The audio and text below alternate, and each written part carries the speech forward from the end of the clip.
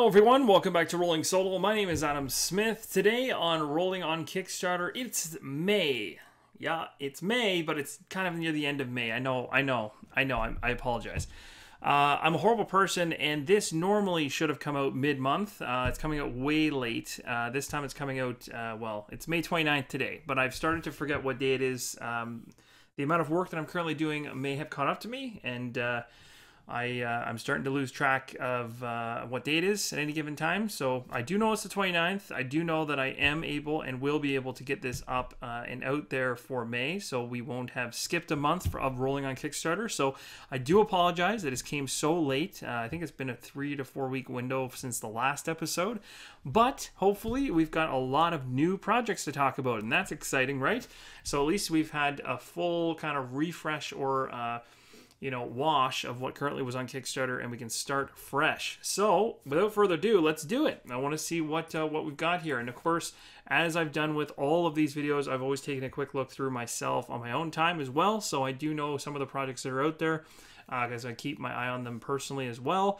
But I also like to go through these and let you guys know my thoughts on some stuff, whether I've seen them on Kickstarter already, or I just happened to run into them and didn't even realize they were solo playable. So let's go through the list as if you were sitting right beside me, because that's really what this point of the series is not to be super formal. It's literally just to go through Kickstarter and point out a couple projects I think are cool or that stand out from the crowd. Again, disclaimer, if I don't point out your project, or I miss your project, or I miss the fact that your project is solo, I do apologize. I'm not trying to point out every game and every Kickstarter that's on this list, because if I was to do that, this would be a 3-4 hour video. Trying to do it as concise as possible, and if I do miss something, the coolest thing that you guys can do out there for me and for individuals watching as well as the community here at Rolling Solo is to check out the comments below in this video. Check them out, and all of you, if you notice anything I miss, let others know in the comments below, because the more people sharing that these projects exist or ones that I missed, then the more people that can find out about them. So I have no problems about that. This is the place to do it. So here we go. Without further ado, we're going to take a look at the tabletop games, all the projects on Earth, and we're sorting by popularity, at least to start. We might jump to the newest at the end, and we'll see how much time we have. So, starting off, number 1 is Dice. Well, first off, if you're playing solo, Dice works for anybody. So, if you're interested in Dice, there you go. You've got a Kickstarter that is up. It's already flying. That's an insane... Actually, you know what? I think did this go live today? I think this did go live today. No. Did it? Oh, there's only 20 minutes left to go. No, it couldn't have gone up today. Wow. Only 20 minutes to go? Some of these dice are actually quite nice. I'm impressed. Very impressed. I actually, to be totally honest, I saw this on the Kickstarter page, but I didn't actually look through this. These are some fancy dice. I guess if you were one of those people that just love dice, this looks like a really good project based on the amount of people that are behind it. Like 1,300,000 Canadian now. So that's another thing too, guys. All of my prices here are going to be in Canadian, so that's going to skew a whole bunch of you because most of my viewers are from the States or from the UK. So I do have a good handful from Canada as well, but the United States definitely is the leading charge for sure. So that's going to confuse you a little bit. You're going to have to do the conversion in your head. But hey, it's always cheaper. Well, it's not cheaper, but it's always a lower dollar value than what's being shown. And it's quite obvious as Canadian. This is really cool. I'm going to have to come back and look at this again. I don't know what they're offering. I guess if you get... oh, I see. So it's kind of like if you... Yeah, well, it could be worth it to you. But it's not a game, so let's not spend too much time on it. So, at this point, we've got Heroes of Land, Air, and Sea. Very cool. Okay, so let's take a look at this one. This one actually, I think, went live today. This is from Gamelin Games. So these are the guys that have put together all of the Tiny Epic Everything series. So there's, when I say everything, I mean like all kinds of different ones. Western Space, Zombies was the most recent one. They all have solo playable modes, which is really cool. So Gamelin Games is as a game creator, a group of individuals that definitely focus their games and build solo into their games from the get-go. It's not tacked on, so that's really cool. In this particular case, we've got Michael Coe and Scott Elms, if I'm pronouncing that correctly. So 344,000 Canadian. Now, the other thing to know about this one that I want to let you guys know about is I have my eye on this 100%. This is a game that has really, really piqued my interest. Now, the first Kickstarter went by and I had my eye on it at the time, but I think there was a couple other projects that were going on and I didn't jump in on it. But this one, coming around the second time, I'm seeing some things about it now that are making me want to, and I think they're going to be really successful with this one. I think that's fairly obvious, even just based on where it sits right now.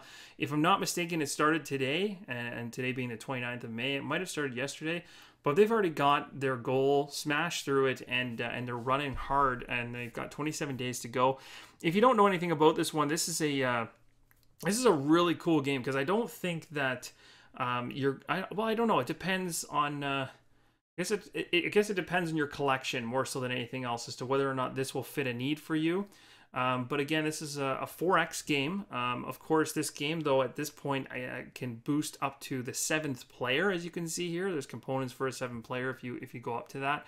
The actual game board, the components, the different factions are all unique. The player boards, it's really cool. And to me, when I look at it, it gives me, I think I said this earlier with someone else, but it gives me a World of Warcraft vibe. To be totally honest, that's what I feel when I look at the artwork of the game. If you're talking gameplay, I've heard tons of positive things about this so far, which is making me pushing me in the direction that this is something special. And now that it's back here for a second printing, I'm starting to eye it even more based on the other fact that there's a large discount off of retail if you go for everything. So of course, with everything, you know, it's expensive regardless. If you go with everything, you're saving some money, but are you? Because you're spending a bunch of money anyway. But at the end of the day, if you're planning on even being interested in this and then think later on you'd pick other stuff up to complete the whole thing, it's going to cost you more money in retail. You might as well grab it now. For solo play, I have not played this yet. I have tried to watch videos on this, although they haven't published any official videos that I'm aware of. But there is a way to play this solo. It is listed as 1 to 7 players. So that's where my interest is peaked. I'm not 100% off the cuff remembering whether or not it's an automa that is the thing that's charging this thing through, or it's a deck of cards. I don't know what the exact forces behind the solo play in this one, but it is solo playable, so it's already something that I'd like you guys to check out. Again, you have to look into it, research it for yourself, make sure that the theme, the mechanics, the gameplay is something you like. My uncle did a how to play video on this, which is something that happened, I believe, quite a while ago when the first Kickstarter came out, so that's a fantastic resource if you want to check his channel out. He's the best in the industry at showing games off in terms of the rules and things like that, and nobody even comes close.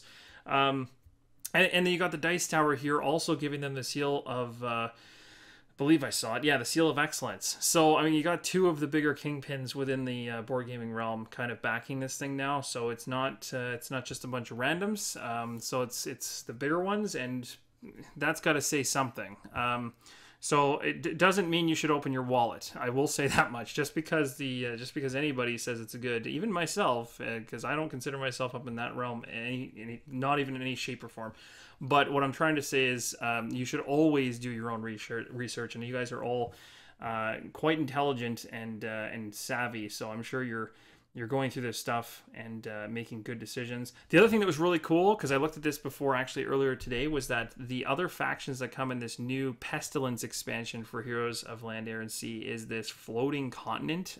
So essentially you got a faction that can literally be running around in the sky, which sounds incredible. So I think they have a picture here. There it is.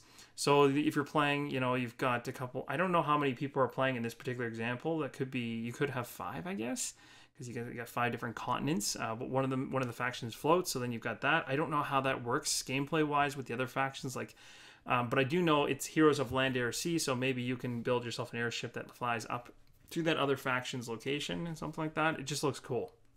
On top of that, you might be noticing there's a little kind of a boxed off area down here. That's because there's another faction that comes in this one that's for, and I forget what is the faction for that one. You can see it right there. See, it's a blue plastic cover. It's got waves on it because it's like, I don't know, it's a merfolk or something. It might be in here somewhere if I can find it. Ordering. So this is Order and Chaos. This is like an expansion. Is that gonna show me this, or did I already? I probably already blew past it. So if I have gone past it, I do apologize. Oh, there it is, merfolk. So in Pestilence, you're getting the bird folk, of course, the ones that are in the sky. That's the ones that will be up above everybody else. And the merfolk are the ones under the water. So pretty cool. Like if you're going to add 2 expansions in the game, most games will just add them in. They end up playing on the same level playing field. Kind of a joke there, but not a good one. But in this case, you've got a faction that's going to be above ground and one that's technically underwater. So that's kind of cool. I guess it makes those unique enough to make people... that I guess that's one draw of opening your wallet. Again, like for me, I'm interested in this one. I really do think this. I don't have a game like this per se. I have tons of fantasy games, but a good 4X game, one that looks like this is drawing me in. I'll say that much. It's got 27 days, so I'll keep my eye on it. But anyway, I've talked enough about it. You guys get the gist. All right, so next up is Vast, the Mysterious Manor. So this one here is created by Patrick Leder, if I'm saying that correctly. 201,000 Canadian raised so far, 1,000 or 1,500 backers basically, 27 days to go. So this is relatively new as well. For those of you who don't know anything about Vast, Vast was out prior. So I'll show you guys the different Vast games that are out there, whether they be bonus cards, expansions, all that good stuff. Started with the Crystal Caverns, and it actually was rated as a good game. It wasn't rated extremely positively, but it wasn't rated badly either. It was well liked. Is the best way to say it. And if you take a look at the community's opinion on in terms of whether or not it's solo playable or not, it is. But it seems to be an interesting split. There's only 38 votes, which probably is not a good amount of people to... It'd be nicer if this number was closer to 100, and it probably will get there eventually. But it looks like it's a pretty dead even split between whether or not this is recommended or not recommended. There is a couple that said it's best. So I guess technically it's 20 to 18, or 20 votes to 18 votes in terms of whether the solo is worth it. So it's kind of a mixed bag. So that means, you know, if you're... My opinion on that would be that's Vast the Crystal Caverns. This is a different game altogether. This is a Kickstarter for what's called the Mysterious Manor. So there's going to be differences here that I may miss out on. But I want to bring attention to this Kickstarter because there is solo play from what I'm understanding. And if I am incorrect in any way, someone can let me know in the comments. For those of you that actually have Vast, I would love to hear your feedback because I never got a chance to play the first one. And I actually don't have any familiarity with it. So I wanted to just show it to you guys to give you an idea of what it looks like. But you can do your research on your own on this one. This one is going to be something that's probably going to come down to whether or not the theme, the art, the gameplay, more than anything else, it's always the gameplay, is what you're interested in. But it looks like they did a really good job showing you how this game is going to flow. So it's not like you're going to look at it and get very confused. And because they've done this before, this Vast game before, the information is going to be available. You're going to be able to find information online about Vast. You won't be running around hoping to see a video here and there. Vast has been out for some time, so there's quite a bit of opinions out there, so you'll find something. So I'm not going to spend too much more time on it, but essentially this is an option for you, worth checking out, worth seeing if it's something for you. So that's Vast. What else we got here? So moving on down, we've got Fantastic Factories. I don't think this... I could be totally wrong. I don't think this is a solo game. It is a solo game. Look at that. I did not expect that.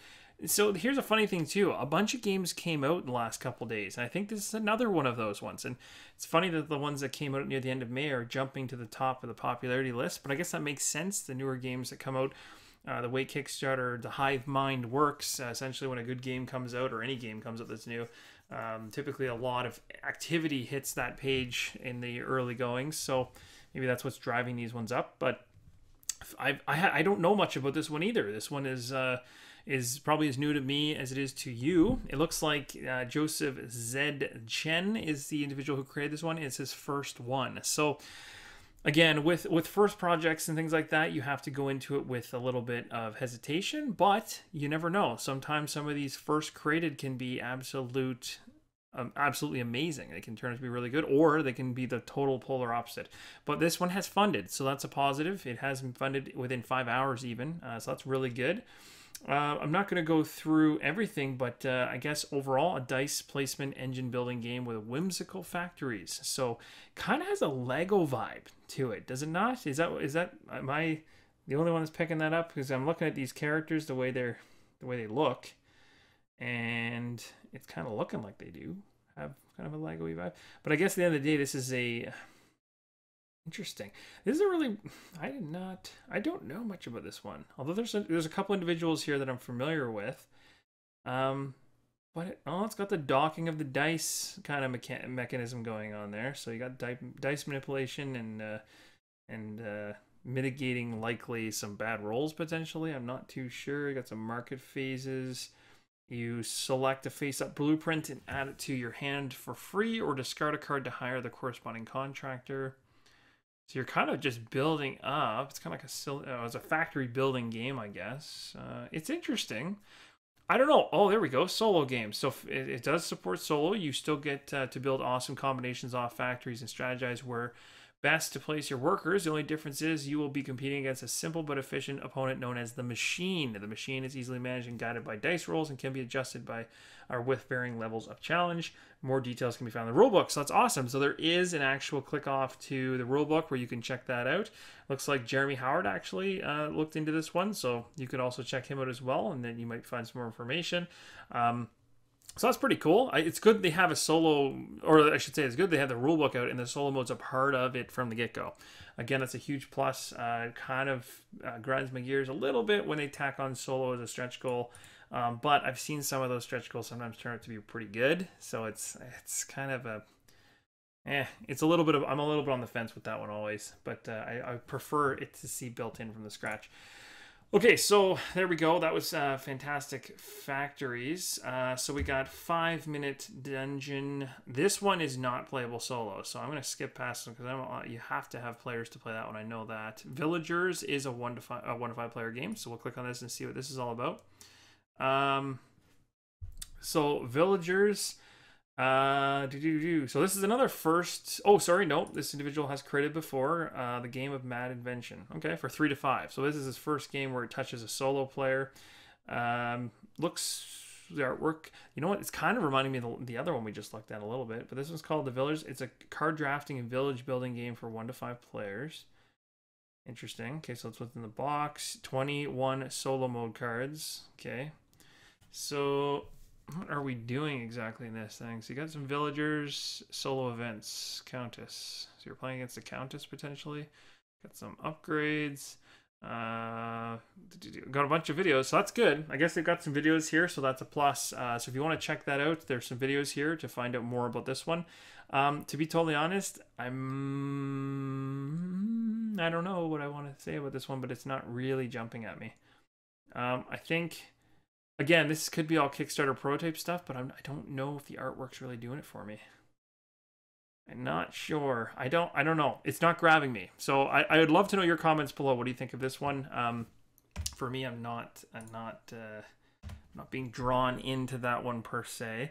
Okay, so this one here is a RPG. We don't do RPGs on Rolling Solo yet, and I don't have any plans to. I don't think. I don't think it'd be really fun to play an RPG solo. You probably have to have split personality disorder, I guess, or maybe split personalities. It's not really a disorder. Well, anyway, besides the point, you'd have to have split personalities to be playing a role-playing game because you'd be playing multiple parties at once, and the GM, it'd be really confusing. So I'm going to skip past that.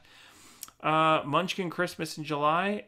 Anything with Munchkin on it, I'm going to skip it. I'm sorry for those of you that love Munchkin, but I'm well past Munchkin, and it has nothing to do with me thinking that I'm better than Munchkin. It's just, it's so overdone.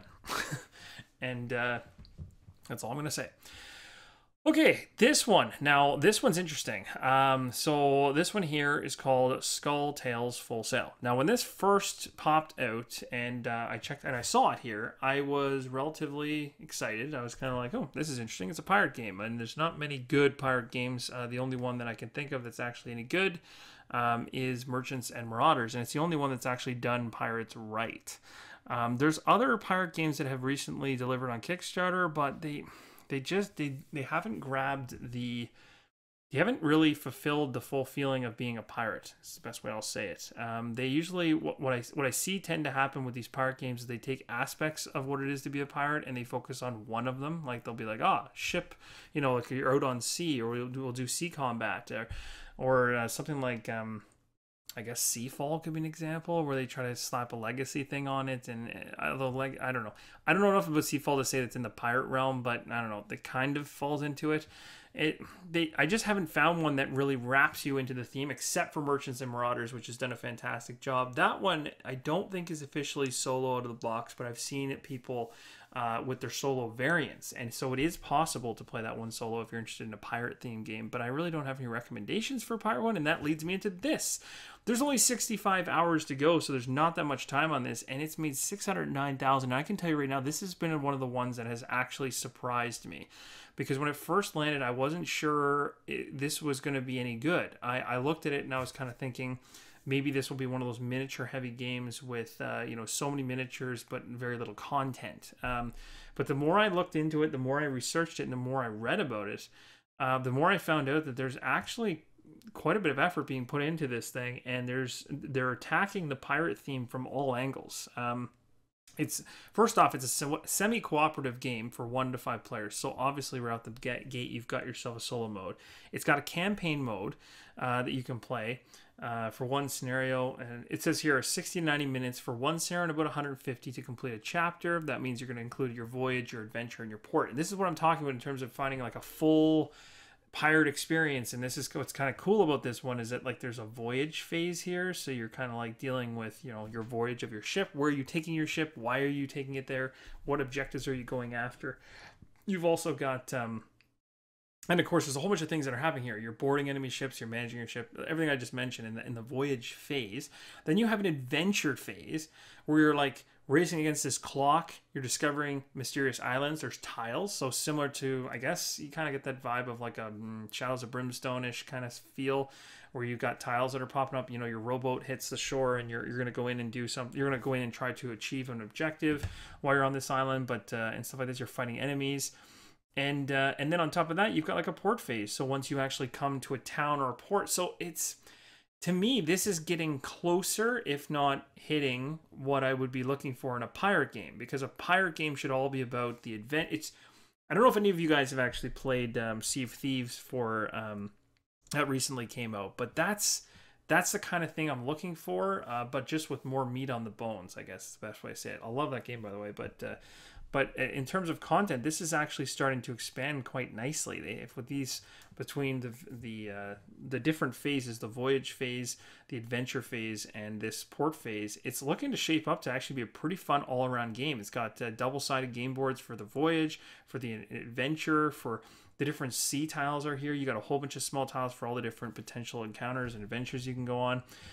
Double-sided cards and guides. 300 something cards, lots of tokens, some dice, all that kind of stuff, and of course miniatures and stuff like that. So the miniatures are miniatures. You can expect to get a whole bunch of different pirate themed miniatures in there, and of course all the stretch goals are going to add on top of that, so you're seeing a whole bunch of that now. This is one worth looking into. I would definitely check it out. If you really like the pirate theme, this could actually be a winner.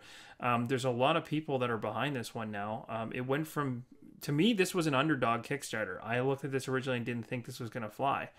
I didn't think it was going to be as successful as it was, and people really, really got behind it, and then the content started coming in. You can see here they started to actually implement campaigns as part of stretch goals, so they started to really flush the world out. So the game's going to be going from likely something that was, set in stone for its size to something larger and potentially greater. So really cool. My eyes are on this one. I'm interested in this one. I don't know whether or not this will end up in a showcase on the channel or not, but I'm definitely pondering this one. So this has got solo built into it, of course, because it's cooperative. So if it's cooperative, it can be played solo. So there you go. That's Skull Tales. What else we got here? Christmas Lights. I'm probably going to pass on that because I don't think you can play that solo. Goblivion. Okay, so it's Oblivion with a G on the front. It is solo playable. It looks like it's a small game, like in terms of its dollar value it's looking for to purchase. We've got, let's see what it says about it here. So I actually don't know much about this one. I haven't even heard about this one. Is this new? Is this relatively? Yeah, it's 28 days, so it's probably new. It's a dynamic deck building game in which both enemy and ally cards actions are constantly turning the tides on the battlefield. You are the king or a queen, and you must defend your castle facing an invasion of goblins and trolls. Start the game with random cards representing peasants. Initially, these peasants will be mediocre in combat. Game's about planning, strategy, time. Okay, why should you care? No, that's a good question. Well, here's some answers. So it's got replayability, it says. It's got 2 modes, solo and co-op. Okay, interesting. Dynamic, so use the card's actions to change the battlefield momentum at any time. Co-op have no downtime. You play simultaneously. That's cool. Tactical gameplay. You win or lose. A small box. Good for storage. Takes up a decent amount of... Kind of reminds me of like a Tiny Epic type series game where it's a small scale box, but a lot of content packed into it for such a small game. It's interesting. It's not expensive, so I mean, this is one of those games where games like this will pop up every once in a while, and sometimes you can see right away whether you're interested or not. For me, I'm not sure. I'll give it a I'm not sure because I'm not 100% sure. I need to look into it more, but it is the first created, so that gives me a little bit of pause. But when it's such a low dollar amount for entry to get in on this one, that's where it piques my interest. So it's kind of like, you know, sometimes it's worth taking a risk on these smaller projects just to see them succeed, to see it come to fruition. So, you know, and hopefully it's a game that works. But if you're not actually interested in the gameplay or the artwork, then don't just throw your money at it. That's silly. You know, actually have some, you know, some interest in this thing and be sure that this is something you want, or it will end up on the shelf and it will be in shrink for a long time. So this one looks like it's still trying to get funding. It's only been out for a little bit, but it's more than halfway, so it's not doing bad. Goblivion, if I'm even saying that correctly, or Goblivion, I'm probably butchering that. Okay, moving on. So, Cabbage Head's Garden. Is this... What is this? Okay, first off, my first impressions, weird. Wow. Ludi Creations, they've created 23 products. Oh, Crisis. Okay. So these guys have done interesting. I don't know a number of these different ones, but Crisis rings a bell. Okay. Not a bad... I'm not going to say anything bad about this, but I'm not really one of those people that gets exciting about gardening games. It doesn't do it. I can sometimes handle it if it's part of a Euro as part of an overarching bigger theme, but I don't think I can get behind this one simply because I'm not interested in the theme. So that does not mean it's not a good game. And if you're interested in gardening or interested in anything to do with gardens or growing vegetables or anything like that, definitely check this out. Could be really good. But for me, I just know if I was to purchase something like that, it would end up on my shelf. I wouldn't end up actually playing it just because I'm not... It's just a theme. It's not interesting to me. All right, moving on to Crusader Kings, the board game. What? What is this? I don't know anything about this one. Is this solo? Oh, no, it's not. 3 to 5 players. Okay, so it's not an option. Let me close that. All right, so where are we here? On Tour. It's a roll and write game. This has got to be... Yeah, so this is On Tour. Created by Chad Deshawn. And he... Oh, interesting. So these guys are the ones that did the Duchess... or he was involved in the Duchess. So maybe he's branching out. Maybe he's a part of... BoardGameTables.com. I'm not sure. This looks like their first Kickstarter game. It's a roll and write board game. It looks kind of cool. I can get on board with the theme of this one. Seems interesting, at least theme-wise. Looks cheap. It's not an overly expensive game. So you're On Tour is a 20-minute route-building roll and write board game with large premium components, 1 to 4. 12 plus with additional maps. So if you buy more, you can play with more people. That's crazy. Players share dice rolls and cards to try to visit as many states as possible as they schedule a 100-day tour across the United States for their band. Okay. I can see how the roll and write would work with that. So that's interesting. You're trying to, tie in all of that. There are also wilds, opportunities for bonus points, and variable setup to make every game different. Interesting. Okay, well, I will tell you, I have not looked into this one prior to this video, so this is something I will look into to see whether or not it's something I like. The theme seems interesting. I'm not 100% sold off the bat, but it's maybe worth coming back and taking another look at. But it is solo playable, so that's something I'm glad I'm able to mention to you guys here. Shadowrun Sprawl Ops is 2 to 4, so as I'm aware right now, there's no solo in that one. This is for a con, so it's not a board game. Card game for Starship Shirkers. I'm going to skip past this because I don't think this is something that I'm interested in. Doomsday Bots. Nope. Black Plague board game. I already have a Black Plague board game. It's called Zombicide Black Plague, so I'm going to go ahead and skip that one. Darwin's Choice. Darwin's Choice.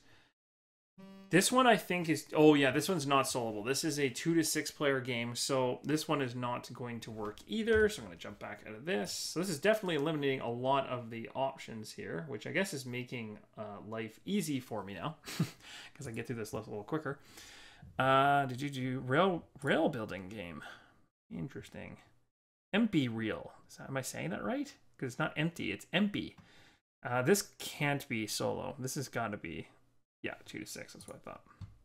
All right, now we're getting into territory, the unknown. Oh, no, we're not. Never mind. We got a couple here that I do know about, a couple that I've had my eye on. Never mind. I take that back. Okay, so this is called Orc Quest Path of War. So this one is a 1 to 4 player game, so it is soloable. It's 14 plus. There's 26 stretch goals smashed through, $220 Canadian, 1,000 or 1,300 backers and more. Interesting. It's got tile placement and things like that. But this is going to be one of those games where if you already have a game that fits this theme, you're going to probably have a tough time with this one. Because there's so many fantasy themed games that look like this. When you look at this picture, you can already, in my mind right now, I already know of 10 games without even thinking twice that have the same look and feel. So if I was to choose whether I'd play the 10 games that look like this already, that I already have, or pick this one up, this thing is going to have to do something different or special in order to make me remove one of those 10 from my collection, and that's going to cause me to have to do some research. So, can't say much about this one other than the fact that it looks interesting. Miniatures look cool and stuff like that, but I'm not, like... Again, I don't know without really studying this one what the interesting mechanics are, and there might be something in here that really piques my interest in terms of its mechanics. But it's going to come down to mechanics with this one. It's going to be, is there something new and exciting that this one's doing that makes this whole romp in the dungeon fantasy thing a little bit more exciting? If it doesn't, then it's going to be a pass for me. But I want to say good luck to them because it looks good. It looks like the artwork in that one is actually exciting and interesting.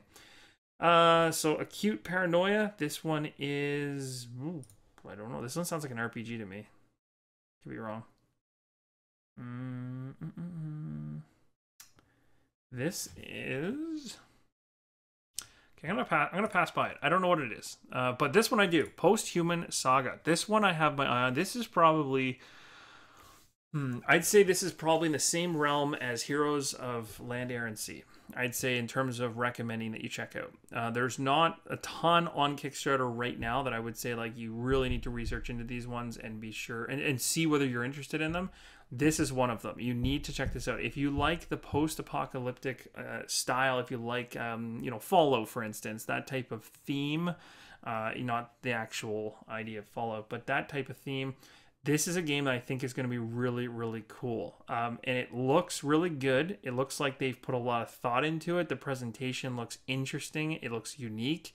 To me, what it looks like is they've taken a bunch of games that I have individually and put them into one game. And I don't know how to describe it, but it's like you've got tile placement. So that's in a number of games already that I love. It's got these these character tracker sheets with stats and whatnot and tokens. The player boards are really nice. There's interesting mechanics in how they actually operate. Of course, there's random elements within this, which is nice because it kind of keeps things fresh. It's got a really interesting mechanic with this main base, I guess, that's going on in the middle there. And it's got Euro mechanics kind of gelled into everything, which just, it really makes me... And it's got dice too, so it's kind of like it's kind of doing a little bit of everything, and that's what's piquing my interest with this one. And on top of this, it is solo, so that's really making me interested. This is one I think I'm gonna be jumping in on. This is this one and Heroes of Land, Air, and Sea are the two that I would probably recommend as the better ones that I'm seeing so far. So if you are a solo gamer and you're looking for something that fills this void, this theme, these mechanics, check the game out. Find out more about how it actually works. I could explain it all here right now because I have looked into this quite a bit myself, but I don't want to take up the entire time for those of you that aren't actually interested in this one. But if this is a theme that lines up for you, then get in on this Kickstarter in terms of research and find out whether or not it's exactly what you're looking for. But there's lots of information. You've got lots of videos. You've got lots of recommendations from different individuals within the board game community and media community, content creators, that type of thing. So you're not going to be hurting in terms of finding information for this one. But it's a recommendation, a high recommendation to check that out. Okay, moving on. We got Tiny Ninjas Battle in a Box. I'm going to probably past that. Looks like a fun little game. Kind of reminds me of Strike is kind of what they're going through with this, because it looks like they're chucking dice into a box, which is no different than throwing into a bowl. Maybe that's the kind of thing they're going for here. It's kind of got a little cute appeal to it. It's 2-player though, so it's not solo, but hey, if you're looking for a really cheap 2-player game, maybe that's something cool. Not a board game. Wisdom of Solomon board game. If I think this is not going to be solo.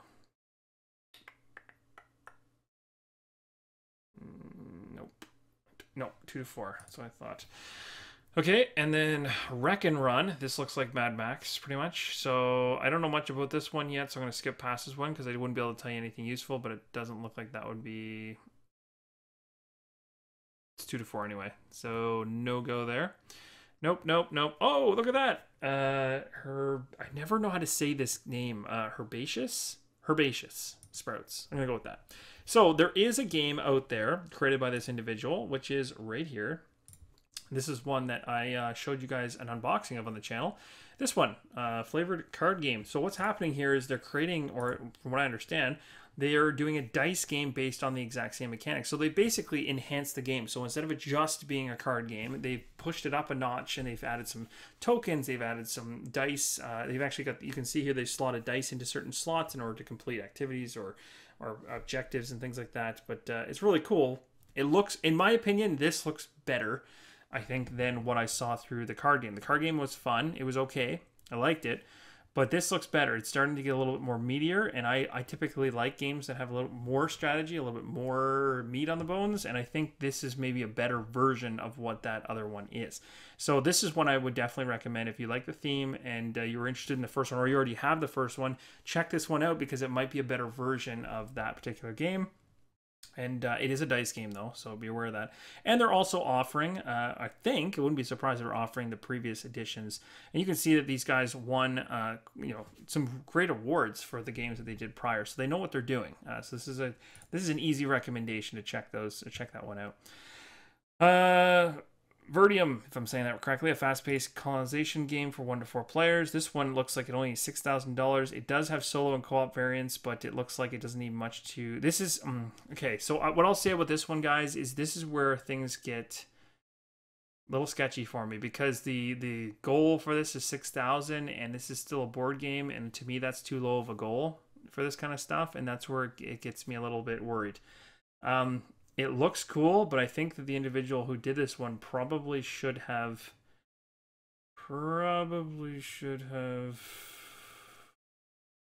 Let me see here. Oh, I might take that back, actually. Looks like they did a good job.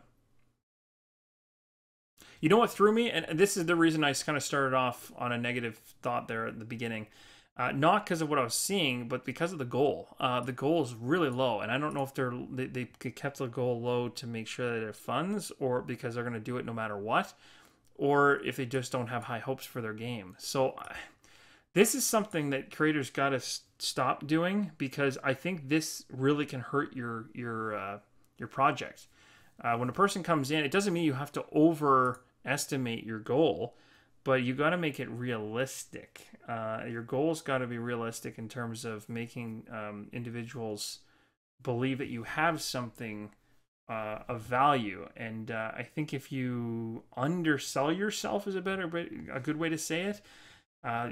Then I don't know. I don't know if people are going to believe in your product as much. So, because right now there's a lot of really good individuals that have checked this out, Game Boy Geek and stuff like this. There's a whole bunch of different individuals that have already done videos on this one. So it obviously has some interest within the community, but I'm just, my only suggestion to them is that they need to be careful of what they put in as a goal, because if you put it too low, I've